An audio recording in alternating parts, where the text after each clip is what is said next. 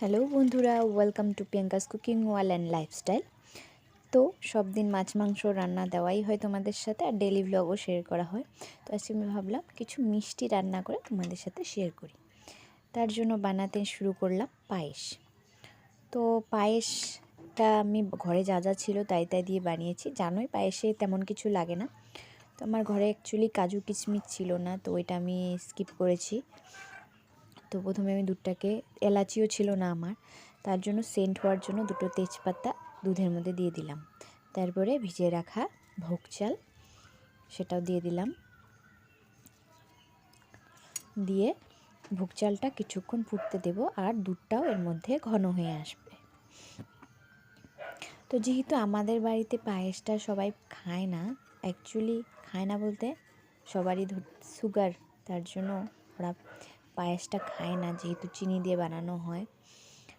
তো যদি বানানো হয় আমার নিজেই খাওয়া হয়, তার জন্য বানাইও না। তো আজকে ভাবলাম তো বানাই, মেয়ে বলছিল পায়েস খাবে। তো এই দেখো কি সুন্দর ফুলে উঠেছে, কিছুক্ষণ নাড়া হয়নি তার জন্য। যাই হোক, এই যে দেখো চালটাও আমার পুরোপুরি সিদ্ধ হয়ে গেছে, আর দুধটাও প্রায় ঘন হয়ে এসেছে। এখন আমি এর মধ্যে দিয়ে দিব চিনি। চিনি দিয়ে কিছুক্ষণ এটাকে নেড়ে যখন চিনিটা গলে যাবে, তখন এর মধ্যে দিয়ে দিব অল্প একটু খেজুরের গুড়। খেজুরের গুড় আমাদের ঘরেই ছিল। তো বললাম না আমাদের বাড়িতে চিনিটা সবাই অ্যাভয়েড করে, খায় না, তো তার জন্য আমাদের বাড়িতে খেজুরের গুড়টাই থাকে।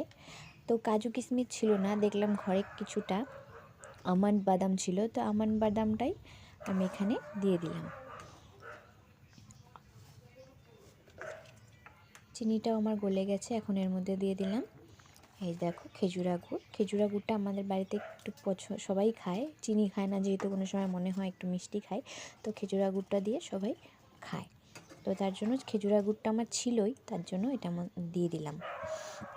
দেখো খেজুরা গুড়টা দেওয়াতে পায়েসটার কি সুন্দর একটা কালার এসেছে। তো আমার মোটামুটি এদিকে পায়েস রেডিও হয়ে গেছে। এখন আমি এই পায়েসটাকে একটা বাটিতে ঢেলে নেব।